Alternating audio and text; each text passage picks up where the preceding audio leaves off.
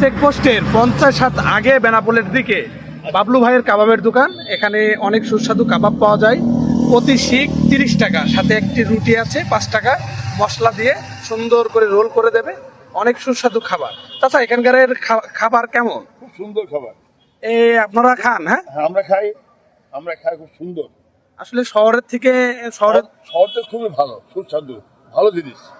আপনারা খান তো না? আমরা খাই না, খুব ভালো। এটা কি মানে কি রুটি দিয়ে বানানো হয়?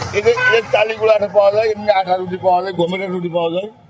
এটা কি ভাই, এটা কি অরিজিনাল গরুর গোশ, মানে গরু গোশ নাকি আপনার অরিজিনাল গরু গোশ?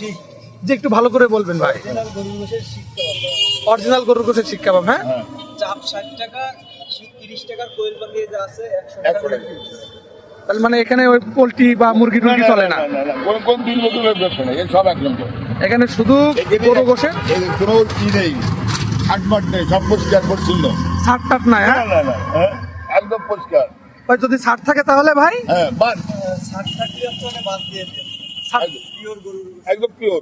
ছাড় থাকলে বাদ। হ্যাঁ কাকা, আপনারা অবশ্যই যশোরে আসলে এমন সুস্বাদু কাবাব খেতে হলে বাবলু ভাইয়ের দোকানে চলে আসবেন।